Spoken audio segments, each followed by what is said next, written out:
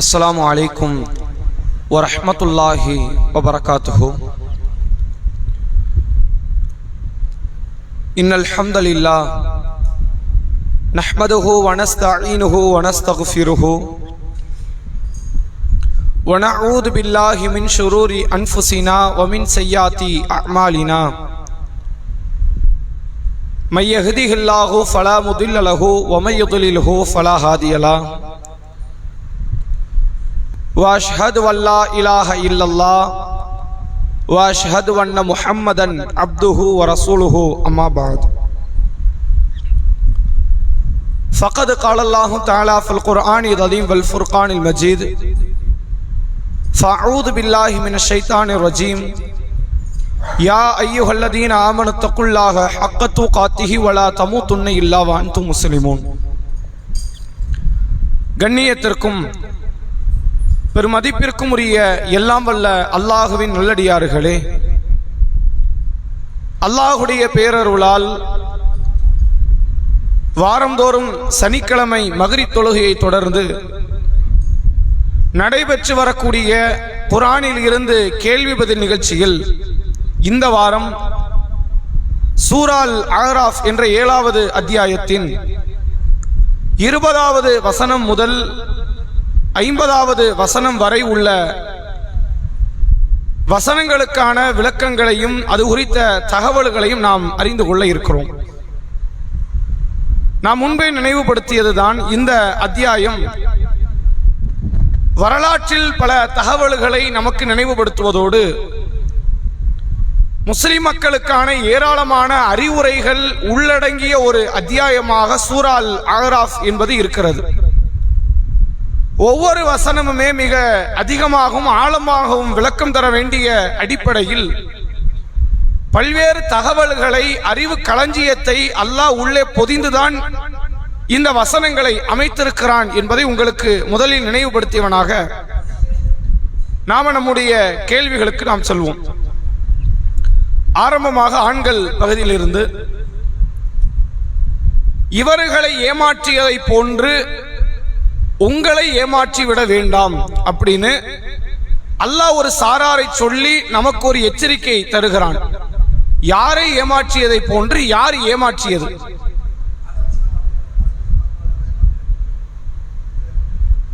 ஆதம் அலைஹிஸ்ஸலாம், ஹவ்வா அலைஹிஸ்ஸலாம் அவர்களை ஏமாற்றியதை போன்று யார் ஏமாற்றியது? ஷைத்தான். என்ன ஏமாற்றினான்?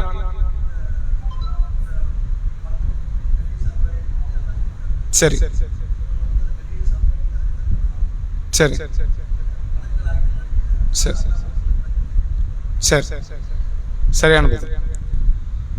சூரா அல் அஅராஃப்ல 27வது வசனம் அல்லாஹ் சொல்கிறான், யா பனி ஆதம், ஆதமுடைய பிள்ளைகளே, லா யஃப்தினன்னக்கும் ஷைத்தான், ஷைத்தான் உங்களை ஃபித்னா செய்து விட வேண்டாம், குழப்பத்தில் ஆழ்த்தி விட வேண்டாம். கமா அஹ்ரஜ அபவைக்கும் மினல் ஜன்னா, உங்கள் பெற்றோரை சொர்க்கத்தில் இருந்து அவன் வெளியேற்றியதை போன்று. நம்முடைய தாய் ஹவ்வா அலைஹிஸ்ஸலாம், தந்தை ஆதம் அலைஹிஸ்ஸலாம் ஆகிய இருவர் அல்லாஹ் ரப்புல் ஆலமீனால் ஒரு உயர்வான ஒரு இடத்தில் அவர்கள் தங்க வைக்கப்பட்டு இருந்தார்கள்.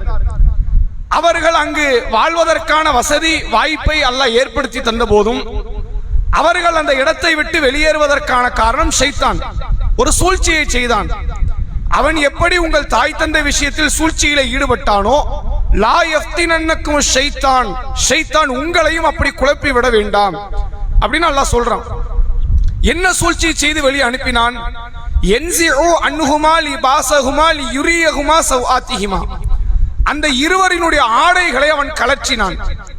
இன்னஹு யராக்கும் ஹுவ வ கபீலுஹு மின் ஹைது லா தரவுனஹும், அந்த ஷைத்தானும் ஷைத்தானின் கூட்டத்தாரும் உங்களை பார்த்து கொண்டிருக்கிறார்கள், நீங்கள் அவர்களை பார்க்க முடியாத விதத்தில்.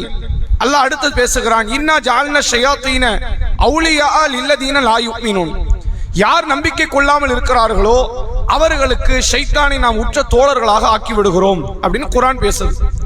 இந்த வசனம் எதை நமக்கு உணர்த்துகிறது என்றால், ஆதம் நபிட்ட அவன் எப்படி வந்தானோ, ஹவ்வா அலைஹிஸ்ஸலாம்ட்ட அவன் எப்படி வந்தானோ அப்படிதான் உங்கள்கிட்ட வருவான். ஆதம் நபி கிட்ட அவன் திடீர்னு வந்தாலும் பயமுறுத்தல. ஷைத்தானை பற்றி ஒரு தவறான நம்பிக்கை முஸ்லிம் சமுதாயத்துக்கிட்ட இருக்கு. என்ன மாதிரி நம்பிக்கை இருக்குன்னு கேட்டா, ஒரு பருவயதை அடைந்த பெண் பிள்ளை மீது ஷைத்தான் வந்துருவான், அல்லது யாருடைய உடம்புக்குள்ளேயே ஷைத்தான் குடி வந்துருவான். தர்காக்கள்ல இந்த மாதிரியான நம்பிக்கை இருக்கு. இந்த பேய் பிடிச்சிருக்குன்னு கூப்பிட்டு வருவாங்க, ஷைத்தான் பிடிச்சிருக்குன்னு நம்ம ஆட்கள். மாற்று மதத்தவர்கள் அதை பேய் பிடிச்சிருக்குது, இறந்து போனவங்களுடைய ஆன்மா இந்த நபருடைய உடம்புக்குள்ள வந்துருச்சு அப்படின்னு அவங்க நம்புறாங்களா? முஸ்லிம்கள்ல உள்ள மக்கள் சிலர் எப்படி நம்புறாங்கன்னா, இறந்து போனவங்க ஆன்மா வராது, அது கபருக்கு போயிடுச்சு. ஷைத்தான் ஒரு ஆளை பிடிக்கும், இப்லீஸ் ஒரு ஆளை பிடிச்சிருவான். அப்ப அவங்க மரத்துக்கு மரம் தாவுவாங்க, தூணை விட்டு தூணை தாவுவாங்க, பைத்தியம் பிடிச்சி பேய் பிடிச்ச மாதிரி இருப்பாங்க அப்படின்ற ஒரு நம்பிக்கை முஸ்லிம் மக்கள் மத்தியில இருக்கு. இப்ப அல்லாஹ் குர்ஆன்ல என்ன தெளிவுபடுத்துறான்னா, ஷைத்தான் உங்கள்ட்ட அப்படிலாம் வரமாட்டான். உங்களை பயமுறுத்துறதோ, உங்க உடம்புக்குள்ள வர்றதோ, அல்லது உங்களை கட்டுப்படுத்துறதோ இது ஷைத்தான் வேலை இல்லை. ஆதம் நபிட்ட ஷைத்தான் எப்படி வந்தானோ அப்படிதான் உங்கள்ட்ட வருவான். ஆதம் நபிட்ட எப்படி வந்தான்?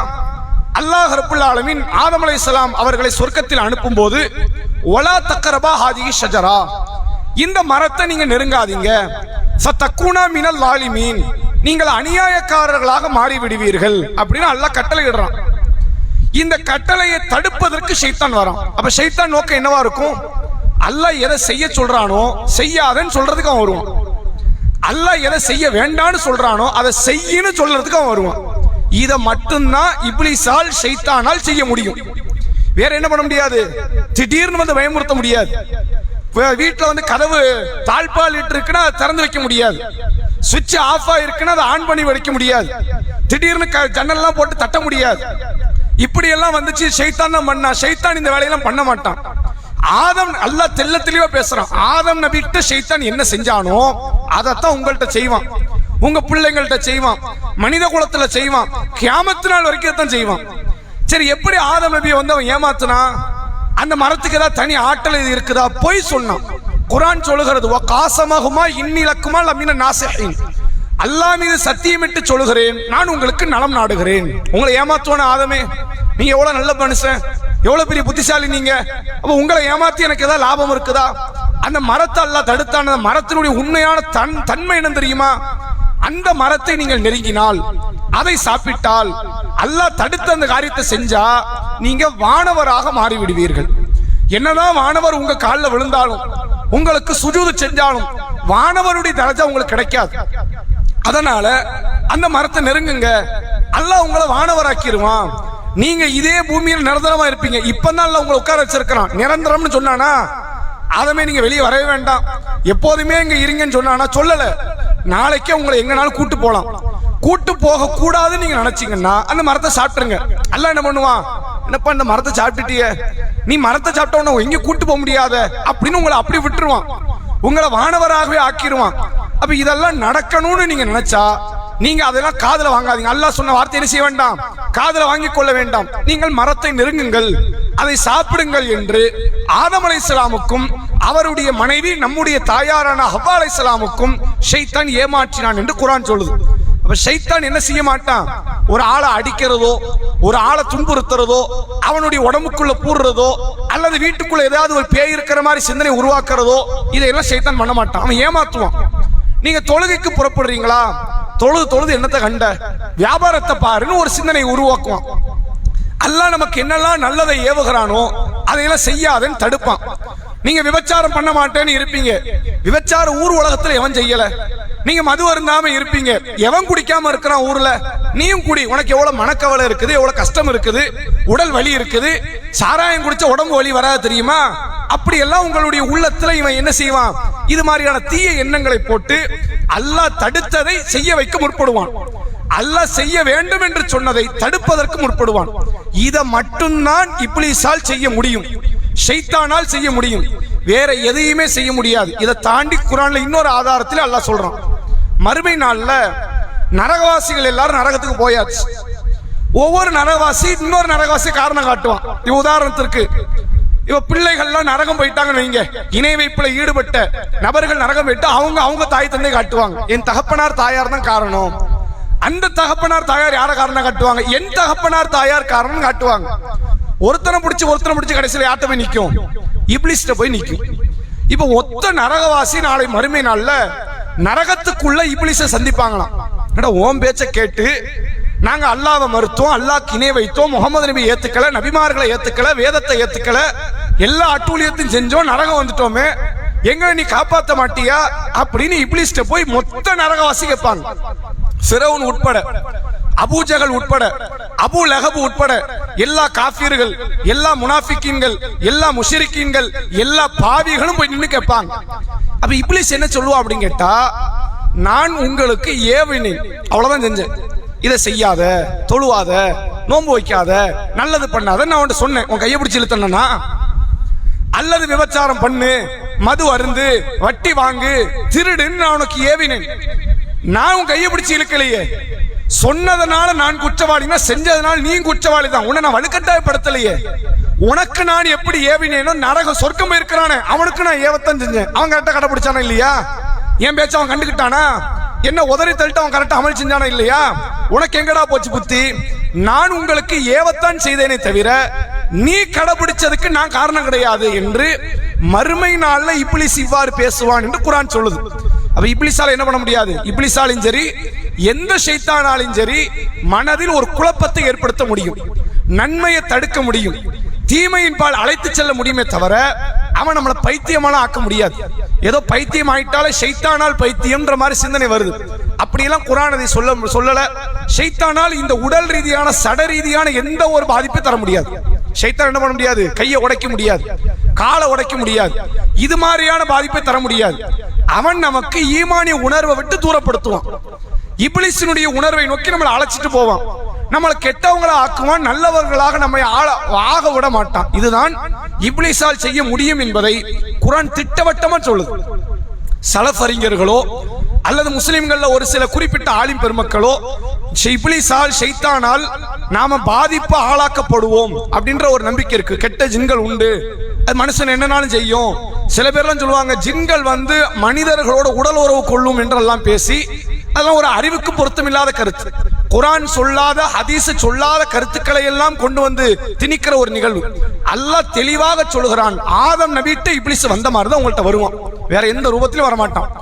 ஆதம் நபிட்ட ஏமாத்துனான், உங்கள்கிட்ட ஏமாத்துவான், பொய்யான வாக்குறுதியை கொடுப்பான், தைரியமா நீ செய்ய, உனக்கு தான் ஆயுள் காலம் இருக்குத அப்படிலாம் பேசுவான்.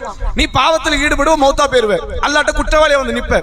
ஆதம் நபி என்கிட்ட குற்றவாளியா வந்து நின்ன மாதிரி நீ நின்றாத என்பதை அல்லாஹ் ரப்புல் ஆலமீன் இந்த வசனத்தின் மூலமாக நமக்கு எச்சரிக்கை செய்வதை பார்க்க முடிகிறது. அடுத்த கேள்வி பெண்களுக்கு. இந்த ஆதம் அலைஹிஸ்ஸலாம் படைக்கப்பட்ட இந்த சம்பவத்தில் ஆதம் நபியும் தவறு செய்தார் என்று குர்ஆன் சொல்லுது, இப்லீஸும் தவறு செய்தான் அப்படின்னு குர்ஆன் சொல்லுது. ரெண்டு பேருமே தப்பு தான் பண்ணியிருக்கிறாங்க. ஆனால் ஒருவரை அல்லாஹ் கண்ணியத்தில் உயர்த்துகிறான், ஒருத்தனை அல்லாஹ் இழிவுபடுத்துறான். இந்த ரெண்டு பேருக்குள்ள வேறுபாடு என்ன?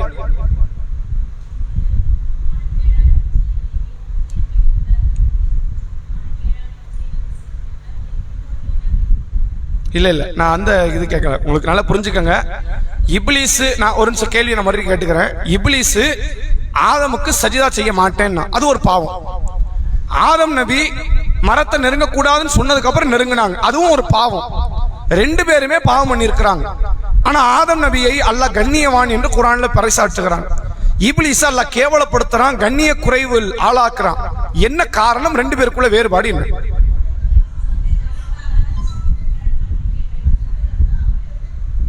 ஆதம் நபி மன்னிப்பு கேட்டாங்க, சரி சரி சரி, இதான் சரியான ஒரு பதில். ஆதம் அலைஹிஸ்ஸலாமும் இப்லீஸும் செய்தது ஒரே மாதிரியான தவறு தான். தவறுல அது வேற இது வேற நான் வச்சுக்கலாமா தவிர தவறின் தன்மை ஒண்ணுதான். என்ன ஒண்ணு?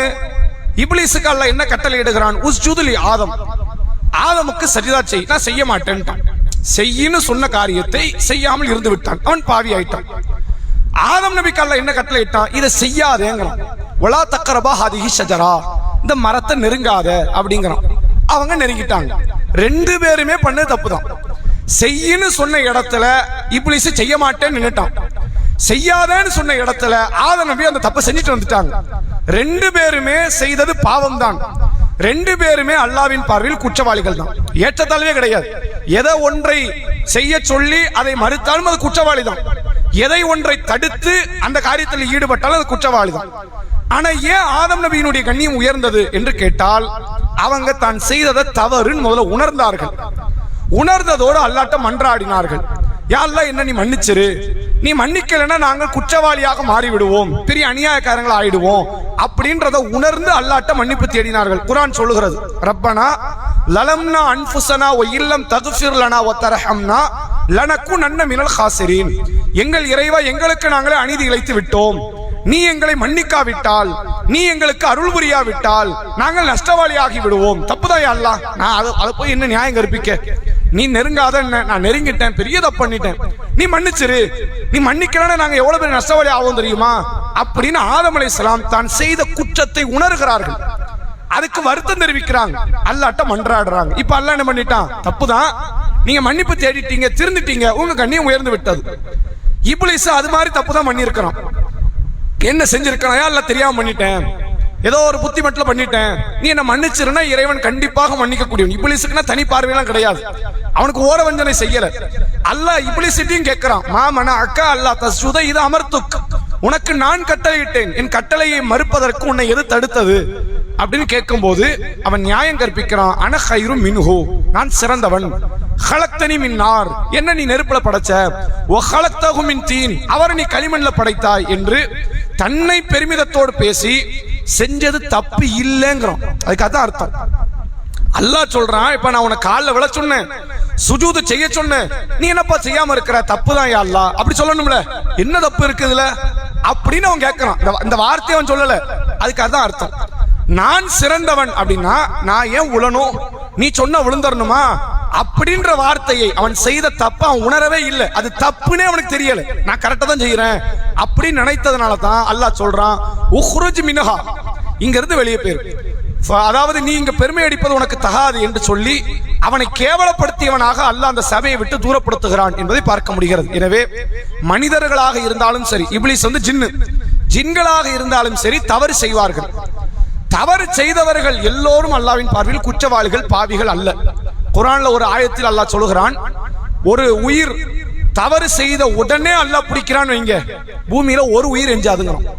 நீ ஒரு ஆள் வாழ முடியாது, ஒரு மனுஷன் வாழ முடியாது, எந்த ஜீவனும் பூமியில வாழ முடியாது. நீ செஞ்ச தப்பு செஞ்சிட்டேன்னு உடனே நான் பிடிச்சோம்னா நீ வாழ மாட்ட. நீ தப்பு பண்ணிட்டேன்னு உன்னை நான் கொன்னுட்டோம்னா பூமியில எந்த உயிர் இருக்காது. ஏன்னா எல்லாரும் தவறு செய்யக்கூடியவர்கள். ஆனா என்ன செய்யணும், அல்லாஹ் நான் தப்பு தான் பண்ணிட்டேங்கிறத முதல்ல உணரணும், அல்லாஹ்ட்ட மன்னிப்பு தேடணும். மன்னிப்பு தேடுவதனால மட்டும்தான் நாம இன்னைக்கும் அல்லாஹ்வால் தண்டிக்கப்படாத இடத்துல இருக்கிறோம். நாம நல்லவங்கிறனால இல்ல, மன்னிப்பு தேடிக்கிட்டு இருக்கிறோம், அல்லாஹ்ட்ட மன்றாடுகிறோம், அதனால அல்லாஹ் நம்மளை விட்டு வச்சுக்கிட்டு இருக்கிறான் என்பதைத்தான் இந்த செய்திகள் நமக்கு உணர்த்துகிறது. அடுத்த கேள்வி ஆண்களுக்கு. அல்லாஹ் ரப்பல் ஆலமீன் ஆடை தொடர்பாக ஒரு செய்தி பேசுறான் இந்த அத்தியாயத்துல. என்ன சொல்றான், எது சிறந்த ஆடை என்று சொல்லுகிறான். ஆடை, Dress சம்பந்தமா புரியல. இரையச்சம் சிறந்த ஆடை, இரையச்சம்ங்கிற Dress தான் சிறந்த Dress. அந்த வசனம் வேற என்ன சொல்லுது?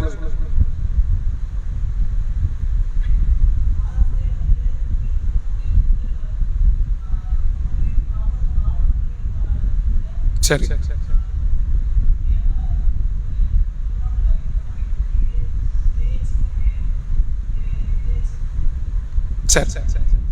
இரையச்சம்னு ஒரு Dress உண்டா?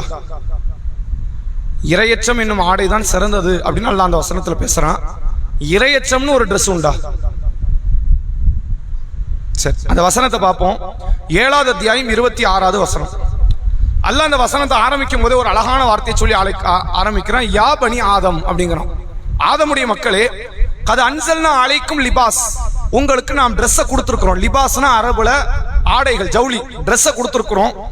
யுவாரி சவாத்திக்கும் வரிஷன், அது உங்களுடைய வெட்கத்தலங்களை மறைக்கக்கூடிய ஆடைகளாகவும் அலங்காரங்களாகவும் இருக்கும். 2 காரணம். உனக்கு நான் Dress கொடுத்ததுக்கான காரணம், Dress இல்லைன்னா நீ அழகா இருக்க மாட்ட, Dress போட்டாதான் நீ அழகாவே இருப்ப. உன்னுடைய இயல்பான தோற்றம் உனக்கு அழகா இருக்காது. நான் இந்த Dress-ஐ கொடுத்தது உன் வெட்கத்தலத்தை மறைப்பதற்கும் உன் அழகை இன்னும் அழகா ஆக்கணும். Dress இருந்தாதான் இருக்கும். Dress இல்லாமல் இருந்தா நீ அப்படி அழகா இருக்க மாட்ட. உன்னை அலங்காரப்படுத்தவும் உன் வெட்கத்தலங்களை மறைக்கவும் உனக்கு நான் ஆடையை அருளி இருக்கிறேன் அப்படின்னு நல்லா பேசுறான். வார்த்தையின் ஆரம்பத்தில் என்ன சொல்றான்னா மனிதர்களே கூப்பிடுறான். ஆதமுடைய மக்கள்னா யாரு? மனிதர்கள். இந்த வசனம் நமக்கு எதை சொல்லுதுன்னா, மனிதர்களை தவிர வேற யார்கிட்டயுமே என்ன கிடையாது, Dress இல்லைன்னு காட்டுது. வானவர்களோ ஜின்களோ நம்ம கண்ணதுல பாக்குற மத்த ஜீவன், எந்த ஜீவன் யானையும் பூனையும் சிங்கமும் புலியும் என்ன போடுறது இல்ல, ட்ரெஸ் போடுறது கிடையாது. இந்த ட்ரெஸ்ஸுங்கிற இந்த கல்ச்சரை மனுஷனுக்கு மட்டும்தான் கொடுத்தேன்னு நல்லா சொல்றான். ஆதமுடைய மக்களே, உங்களுக்கு நாம் ஆடை அருளி இருக்கிறோம் அப்படின்னு நல்லா சொல்வதன் மூலமாக வேற யாருக்குமே ட்ரெஸ்ன்னு ஒண்ணு இருப்பதாக குர்ஆன் ஹதீஸ் நமக்கு சொல்லவில்லை. இப்ப இது மனித குலத்துக்கு மட்டும் கொடுக்கப்பட்ட பேர் அருள்களில் ஒன்று. ட்ரெஸ்ஸோடைய நோக்கம் ரெண்டு நோக்கம். ஒன்று, உங்கள் அழகை இன்னும் அழகாக ஆக்குவது ட்ரெஸ் தான் ஆக்கும். உங்க ட்ரெஸ் தான் என்ன ஆக்கும், ஒவ்வொரு முறையும் உங்களை இன்னும் கொஞ்சம் அழகில் மெருகூட்டியவர்களாக மாற்றும். வண்ணங்கள் மாற மாற அல்லது அந்த உடையினுடைய தன்மைகள் மாற மாற உங்களை வெவ்வேறு அழகானவர்களாக ட்ரெஸ் தான் மாத்துது. நீங்க ஒரே ஆளு தானே, அதே கண்ணு தான், அதே முக்கு தான், அதே காலு தான், அதே கை தான், அதே தலை தான், அதே உடம்பு தான். நீங்க ட்ரெஸ் மாத்தி மாத்தி போடும் போது உங்களை வெவ்வேறு விதமான அழகுடையவர்களாக மாத்துது. இந்த ட்ரெஸ் மூலமா தான் உங்களை அழகான ஆக்குறேன் அப்படிங்கறத அல்லாஹ் சொல்லிவிட்டு, அது மட்டும் இல்லாமல் உங்கள் வெட்கத்தலங்களை மறைக்க கூடியதாகவும் இந்த ட்ரெஸ்ஸை நாம கொடுத்திருக்கிறோம் என்று அல்லாஹ் ரப்பல் ஆலமீன் சொல்லிட்டு அடுத்து சொல்றான், ஒல் லிபாசு தக்வா. தக்குவான்னு ஒரு லிபாஸ் இருக்கு, ஒரு ட்ரெஸ் இருக்குங்க. லிபாஸ்னா ட்ரெஸ், தக்குவான்னு ஒரு ட்ரெஸ் இருக்கு. அதுதான் இருக்கிற ஆடைகளிலேயே சிறந்த ஆடை. நீங்க போடுற சட்டை பேண்டோ, நீங்க போடுற புடவையோ, நீங்க போடக்கூடிய இன்ன பிற உடைகளோ, அது நவீனமயமாக்கப்பட்ட உடைகளோ அல்லது பழங்காலத்து உடைகளோ, நீங்க எந்த உடைகளை போட்டாலும் சரி, இரையச்சம்னு ஒரு ஆடை உண்டு. அது கடையில எல்லாம் கிடைக்காது. அது உள்ளத்துக்கு போடுற ஆடை, உடலுக்கு போடுற ஆடை கிடையாது. உங்க மேனிக்கு போடுகிற ஆடை கிடையாது, உள்ளத்துக்கு போடுவது. அல்லாஹ் நம்மள பாக்குறான் அப்படின்னு அந்த இரையச்சத்தினால் ஒரு பயத்தை நீங்க வெளிப்படுத்துறீங்களே, இது ஒரு ட்ரெஸ். இது அது உள்ளத்துக்கு மட்டும்தான் இருக்கும். நீங்க மத்த ட்ரெஸ் போடுறீங்களோ இல்லையோ, இந்த ட்ரெஸ் போட்டுருங்கிறோம். மத்த ட்ரெஸ் கட்டாயம் தான். வெட்கத்தலங்களை மறைக்காமல் இருப்பது பாவம் இஸ்லாத்துல. ஒரு ஆணோ பெண்ணோ தன் வெட்கத்தலங்களை மறை உறுப்புகளை மறைக்காம நடக்கிறாங்கன்னு அவங்க அல்லாஹ்ட்ட பதில் சொல்லணும். நரகம் செல்லக்கூடிய அளவுக்கு ஒரு மோசமான காரியம் அது. ஆனா அந்த ஆடையை விட சிறந்த ஆடை என்று எடுத்துக்கொண்டால் இரையச்சம் இருக்கணும். ஒரு பெண் தன் உடல் முழுவதையும் மறைக்கிறாள், ஒரு ஆண் தன் வெட்கத்தலங்களை மறைக்கிறான். ஆனா அவன்கிட்ட பயம் கிடையாது, அல்லாஹ்வை பற்றி பயம் இல்லை. அப்ப இவன் இத்தனை ஆடை போட்டவனுக்கு என்ன, எந்த விதமான அதன் மூலமாக லாபம் கிடையாது. ஒருத்தண்ட ஆடை பற்றாக்குறை, கிழிந்த நிலையில் ஆடைகள் இருக்கு. சஹாபாக்கள் நீங்கள் எடுத்துக்கொண்டால் மறைவிடங்களை மறைப்பதற்கு அவங்களுக்கு ரொம்ப சிரமம். ரசூலுல்லாஹ் ஒரு முறை சொல்றாங்க, தொழுகையில ஆண்கள் முன்னாடி பெண்கள் பின்னாடி நின்று தொழுவாங்க. நபிகளார் காலத்துல இருந்து இதான் கலாச்சாரம். இப்ப ரசூலுல்லாஹ் என்ன சொல்றாங்க, பெண்களே, நான் சுஜூதுல இருந்து தக்பீரை சொல்லி எழுந்ததுக்கு அப்புறம், ஆண்கள் எழுந்ததுக்கு அப்புறம் பெண்கள் நீங்க தலையை தூக்குங்க. இமாம் எந்திரிச்சிட்டாலே தலையை தூக்கிடலாம், மார்க்கத்தை தப்பெல்லாம் கிடையாது. ஆண்களும் சரி பெண்களும் சரி, இமாம் தலையை தூக்கிட்டா என்ன பண்ணிடலாம், நம்மளும் தலையை தூக்கிடலாம். ரசூலுல்லாஹ் சஹாபி பெண்மணிகளுக்கு தனியா சொல்றாங்க, இமாம் நான் எந்திரிச்சிருவேன், எனக்கு அப்புறம் ஆண்கள் எந்திப்பாங்கல்ல, அதுக்கப்புறம் நீங்க எந்திரிங்க அப்படின்னு ரசூலுல்லாஹ் சொல்றாங்க. காரணம், சஹாபாக்கள்கிட்ட ஆடை பற்றாக்குறை. அவங்க சுஜூது போனாங்கன்னா மறைவிடம் தெரியக்கூடிய வகையில் இருக்கும். ஆண்களுக்கு பின்னாடி தான் பெண்கள் தொழுதாகணுங்கிற இடத்துல இருக்கிறாங்க. நான் அல்லாஹ் அக்பர்னு சொன்ன உடனே ஆண்கள் எந்திக்கும் போதே நீங்களும் எந்திரிச்சிங்கன்னா அவர்கள் மறைவிடத்தை பார்க்க வேண்டிய நிலைக்கு நீங்க தள்ளப்பட்டுருவீங்க. அதனால கொஞ்சம் கேப் விடுங்க. நான் அல்லாஹ் அக்பர் சொல்லியாச்சா, நீங்களா கணக்கு வச்சுக்கோங்க, இப்ப ஆண்கள் எஞ்சிருப்பாங்க எல்லாரும் அப்படின்ட்டு நீங்க அதுக்கப்புறம் எந்திரிங்க. அல்லாஹ்வுடைய ரசூல் அவர்கள் சொல்லக்கூடியதை பார்க்க முடியுது. இப்ப சஹாபாக்கள்கிட்ட என்ன இல்ல, போதிய ஆடை இல்லை. அந்த ஆடையை கரெக்டா மறைக்கக்கூடிய அளவு கூட இல்ல. ஆடையினுடைய நோக்கம் என்ன, ஒரு தன்னுடைய மறைவிடத்தை மறைக்கணும். அது கூட சஹாபாக்கள்கிட்ட வழி இல்லை. ஒரு முறை ஒரு நபித்தோழர் கேட்கிறார், அல்லாஹ்வுடைய தூதர், இந்த ஆடைகளை மாற்றி தான் தொழுகையில நிறைவேற்றணுமா, அதான் ஆடைகளை அப்பப்ப மாத்திக்கிட்டே இருக்கணுமான்னு.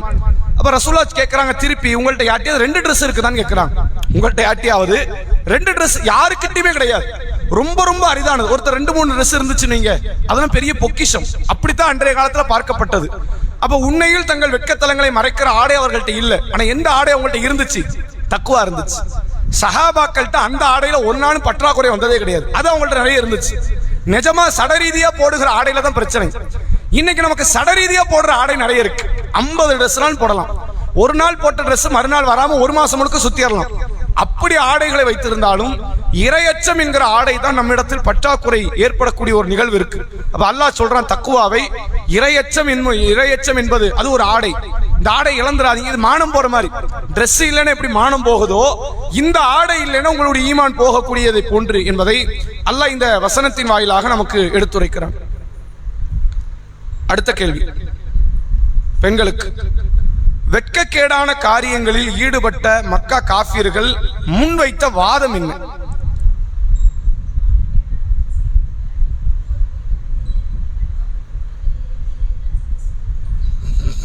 அதுக்கு அல்லாஹ் என்ன பதில் கொடுக்குறான்?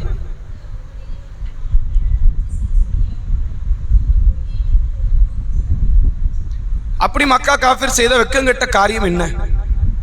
யாருனாலும் சொல்லுங்க. மக்கா காஃபியர்கள் செய்த வெக்கங்கெட்ட காரியங்கள் என்ன? வெக்கங்கெட்ட காரியம், அதாவது இணை வைப்பு, அவன் கொலை பண்ணா, கொள்ளையடிச்சான், அந்த அந்த சமூகத்தையுமே அப்படி கேட்கல. அசிங்கமான செயல்னு மக்கா காஃபிர் பண்ணது என்னது? காபத்துல்லாவை நிர்வாணமாக அவர்கள் வலம் வந்தார்கள். ஒன்று. விபச்சாரம், அது பொதுவானது. விபச்சாரங்கிறது இது அதான் ரசூலா சொல்றாங்கல்ல, ஆதமுடைய மக்கள்கிட்டே உண்டான பழக்கம்னு.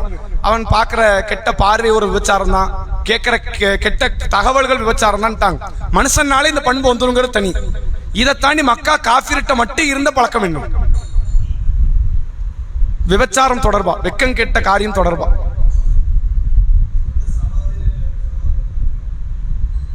இல்ல, அது கிடையாது. அவங்கள்ட்ட அந்த மகரம் பேணக்கூடிய பழக்கம்லாம் இருந்துச்சு. சரி, இந்த வசனத்தை பார்த்துட்டு அதுக்கப்புறம் அந்த இதுக்கு போவோம். 7வது அத்தியாயம் 28வது வசனம் அல்லாஹ் சொல்லுகிறான், இந்த மக்கா காஃபிர்களை பத்தி இந்த வசனம் பேசுது.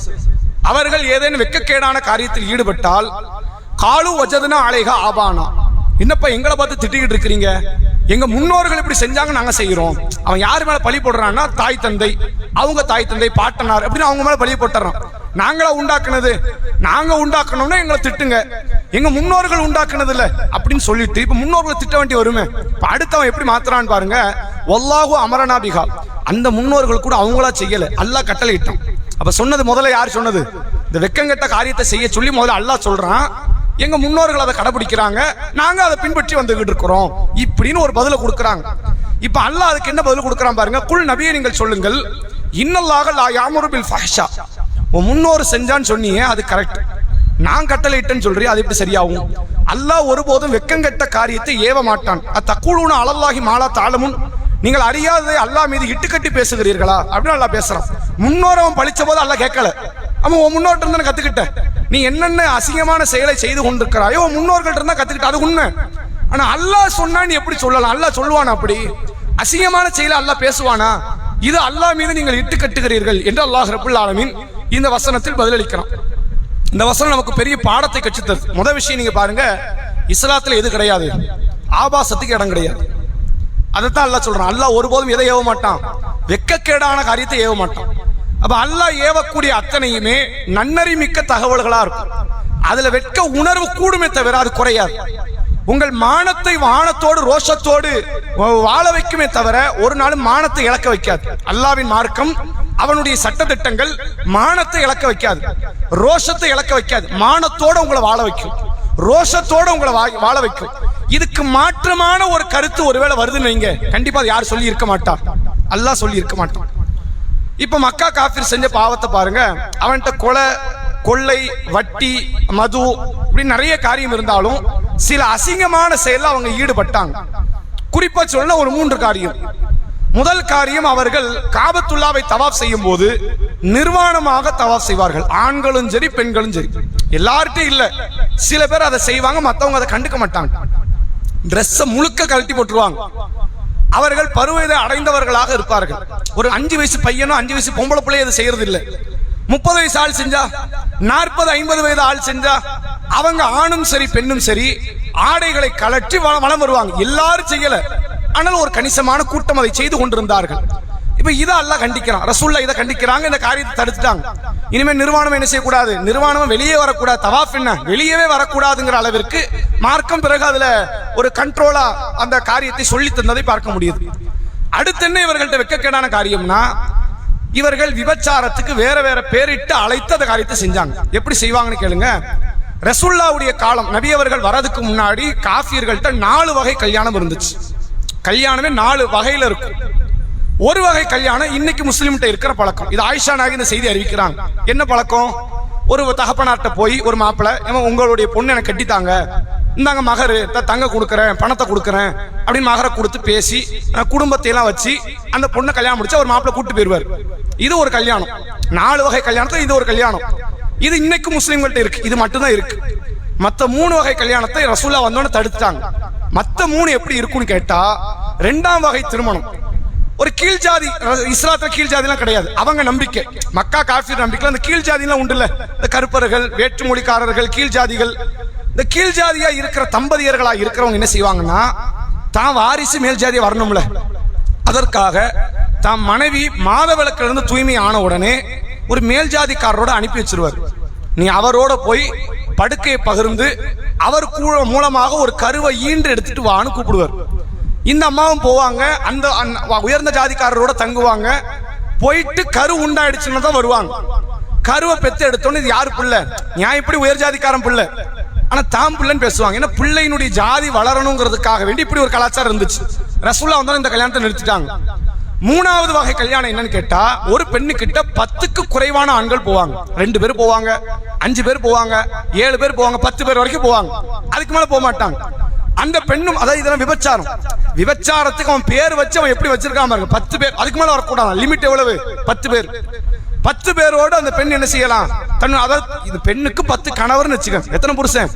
10 கணவன்மார்கள் இருப்பாங்க. திடீர்னு அந்த பெண்ணுக்கு ஒருவேளை குழந்தை பிறந்துருச்சுன்னு வைங்க, அந்த குழந்தை இந்த பெண் சொல்லக்கூடியவர் தான் தகப்பனார். நீங்க 10 பேர் வந்திருக்கிறீங்க, ஆனா இந்த 3வது ஒருத்தர் இருக்கிறாரு, இவர் தான் இந்த பிள்ளைக்கு தகப்பன. அந்த பொம்பளை யார சொல்லுதோ அந்த ஆள்கிட்ட பிள்ளைய ஒப்படைச்சிடணும். ஆனா 10 பேர் கணவர்மார்கள். இப்படி ஒரு கல்யாணம் இருந்துச்சு. 4வது கல்யாணம் என்னன்னு கேட்டா, ஒரு பெண்ணுடைய வீட்டுல கொடி ஒன்று மாட்டப்பட்டிருக்கும். விபச்சார விடுதி அது. யாருனாலும் போலாம், 10லாம் கிடையாது, 100 பேர் போலாம், 1000 பேர் போலாம். அந்த பெண்ணோடு அவர்கள் பாலியல் ரீதியான காரியத்தில் ஈடுபடுவாங்க. அந்த பெண்ணுக்கு குழந்தை பிறக்கணும் வைங்க, இதுக்கு ஒரு பஞ்சாயத்து வைப்பாங்க ஊருக்குள்ள. அந்த விபச்சாரிக்கு குழந்தை பிறந்தோன்னு ஒரு பஞ்சாயத்து வைப்பாங்க. யார் பிள்ளையா இருக்கும், பிள்ளையினுடைய முகஜாடையெல்லாம் வச்சு, ஊர்ல உள்ள முகஜாடையெல்லாம் வச்சு ஓம்புலதான் சொல்லி கையில கொடுத்துருவாங்க. இப்படி 4 வகை கல்யாணம் இருந்துச்சு நபி வரதுக்கு முன்னாடி. ரசூலுல்லாஹ் இந்த கடைசி 3 வகை கல்யாணத்தை உடைச்சிட்டாங்க. இந்த அடுத்த கணவன்ட்ட அனுப்புறது, 10 பேர் வர்றது, 15 பேர் வர்றது, இந்த வேலையெல்லாம் இருக்கக்கூடாது. ஒரு பெண்ணை ஒரு ஆண் பாக்குறாரு, அவருக்கு பிடிச்சிருக்குது, அந்த பெண்ணுக்கு பிடிச்சிருக்கு, பொறுப்புதாரிட்ட போறாரு, மகர கொடுக்கறாரு, கல்யாணத்தை சம்மதத்தோட திருமணம் முடிச்சுட்டு வராரு. இது மட்டும்தான் இனி கியாமத் நாள் வரைக்கும் இஸ்லாத்துல அனுமதி. இதை தவிர வேற எதை செஞ்சாலும் அது பேர் கல்யாணம் ஆகாது, அது பேர் விபச்சாரம் அப்படின்னு சட்டம் இயற்றியவர் அல்லாஹ்வுடைய ரசூல். அப்ப இது இவர்கள்ட்ட இருந்த ஒரு வெக்கங்கெட்ட காரியம். 3வது இதை விடலாம் மோசம். குர்ஆன்ல அல்லாஹ் ரப்பல் ஆலமீன் மிக கேவலமாக அல்லாஹ் பேசுகிற ஒரு காரியம். இந்த காரியத்தை பத்தி பேசுறாம்னா அது இந்த நிகழ்வு என்ன அப்படின்னா, ஒரு தகப்பனாருக்கு 4-5 மனைவி இருக்கிறாங்க. நீங்க நபிகளார் காலத்துல, நபி வரதுக்கு முன்னாடி எல்லாம் 10-15 கல்யாணம் முடிச்ச ஆட்கள்லாம் உண்டு. 4-5 மனைவி இருக்கு. இப்ப தகப்பன் மௌத்தாயிட்டார். தகப்பன் சொத்து யாருக்கு சொந்தம்? பசங்களுக்கு சொந்தம். தகப்பன் மனைவியும் பசங்களுக்கு சொந்தம் ஆக்கிடுவாங்க. தன்னை பெற்ற தாயை அவங்க உரிமையாக்க மாட்டாங்க. தன்னை பெற்ற தாய் தனக்கு ஹராம் தான், அதுல மாற்றம் இல்ல. தனக்கு சாச்சின்னு ஒருத்தவங்க இருப்பாங்கல்ல, தகப்பனாருக்கு 2வது மனைவி, 3வது மனைவி, அல்லது பெரியமாவோ சாச்சியாவோ இருப்பாங்க. தகப்பனார் தாம்பத்தியத்தில் ஈடுபட்ட பெண், இஸ்லாம் அந்த பெண்ணை எப்படி பார்க்க சொல்லுது தெரியுமா? அது உனக்கு இன்னொரு உம்மா, பயாலஜிக்கலா உனக்கு உம்மா கிடையாது. அந்த அம்மா டிஎன்ஏ வேற, ஓன் டிஎன்ஏ வேற, அது மாற்றம் இல்ல. அந்த அம்மா உன்னை பெத்து எடுக்கல, அந்த அம்மா வயித்துல நீ வரல, அந்த அம்மாட்ட நீ பால் குடிக்கல, ஆனா அந்த அம்மா உனக்கு உம்மா தான். நீ உன் தாயை எப்படி பாக்குறியோ, உன் தகப்பனார் கல்யாணம் முடிச்ச பெண்ணையுமே நீ தாயா தான் பார்க்கணும் அப்படின்னு குர்ஆன் பேசுது. மக்கா காஃபிர்கள் பழக்கம் என்னன்னா, வாப்பா வீட்டை பிரிச்சோம்ல, வாப்பாவுடைய சொத்து பத்து பிரிச்சோம்ல, அப்ப வாப்பாவோட மனைவிமார்கள் பிரிச்சிருவோம். தன் தாயை தவிர்த்து பாக்கி உள்ள பெண்களை எல்லாம் அவர்கள் பங்கு போடுவாங்க. 4 மனைவி இருக்குதா, தன் தாயை மட்டும் விட்டுட்டு 3 பேர், ஆளுக்கு அண்ணன் தம்பியில 3 பேர் அவங்க கல்யாணம் முடிச்சிருவாங்க. தகப்பனார் விட்டுட்டு போன பொறுப்பு எடுக்கிற மாதிரி. இப்ப இது அல்லாஹ் கடுமையான வார்த்தையை கொண்டு சாடுறான். இதெல்லாம் ஒரு மோசமான மானங்கட்ட பழக்கம், இப்படி செய்யக்கூடாது என்று இறைவன் பேசுறான். அப்ப இது மாதிரியான பல வெக்கங்கட்ட காரியத்தை அந்த மக்கள் செய்து கொண்டிருந்தார்கள். இப்ப இதை ரசூலுல்லாஹ் வந்து கண்டிக்கும் போது அவன் சொல்ற வார்த்தை என்ன? இது நாங்க மட்டுமா செஞ்சோம், எங்க முன்னோர்கள் இதை செஞ்சாங்க. முன்னோர்கள் அவங்களா செஞ்சாங்களா? அல்லாஹ் கட்டளை இட்டான், அப்ப அல்லாஹ் பதில் கொடுக்கறான். இது மாதிரி மானங்கட்ட காரியத்தை அல்லாஹ் என்ன செய்ய மாட்டான், கட்டளை இட மாட்டான். இஸ்லாத்துல அந்த மாதிரி காரியத்திற்கு வேலையே கிடையாது என்பதை அல்லாஹ் இந்த வசனத்தின் மூலமாக சொல்லித் தரக்கூடியதை பார்க்க முடிகிறது. அடுத்து ஆண்களுக்கு, பெண்களுக்கு தொழுகையில் நீங்கள் எப்படி நிற்க வேண்டும் என்று அல்லாஹ் சொல்கிறான். இந்த வசனங்கள்ல 2 இடத்துல சொல்றான். தொழுகைக்கு நீங்க இருக்கும் போது இப்படி இருங்கன்னு 2 கருத்தை பேசுறான். என்ன கருத்தெல்லாம்? தொழும் இடத்தில் நீங்கள் அலங்கரித்துக் கொள்ளுங்கள். 1.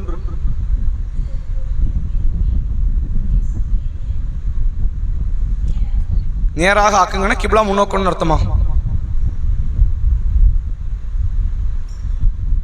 பதில் சரிதான். நான் கேட்கறது புரியுதா உங்களுக்கு? நேராக்கி கொள்ளுங்கள்னா எப்படி?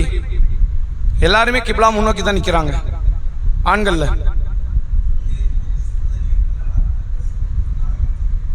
தொழுகையில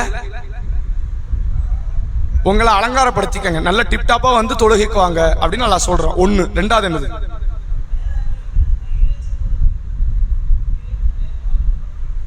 இறைவனை நேரம் பார்க்கிற மாதிரி ஒரு போதுமான ஒரு பதிலாக இருக்குன்னு வச்சுக்கலாமே. அதாவது ரெண்டு கருத்து எல்லாம் சொல்றான்.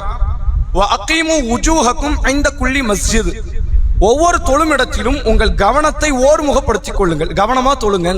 தொழுகைக்கான ஒரு ஷரத் என்னது, ஒரு ரூல் என்னன்னு கேட்டா, தொழுவுறோம்னா வந்தோம், தக்பீர் கட்டணும், குனிஞ்சோம், படுத்தோம் இப்படின்னு இருக்கக்கூடாது.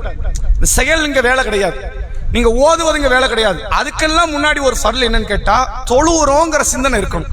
நம்ம அல்லாஹ் முன்னாடி நிக்கிறோம், அல்லாஹ்வை வழிபடுறோம், நம்ம கேட்டதெல்லாம் அல்லாஹ் தருவான், நம்ம விரும்பாத கூட அல்லாஹ்வால தர முடியும் அப்படின்ற அந்த உணர்வோடு அச்சத்தோடு உங்கள் தொழுகை அந்த 5 நிமிஷம் 10 நிமிஷம் நிக்கிற நேரத்தையாவது நீங்கள் கவனத்தோடு நின்று தொழுங்கள் அப்படின்னு குர்ஆன் பேசுது.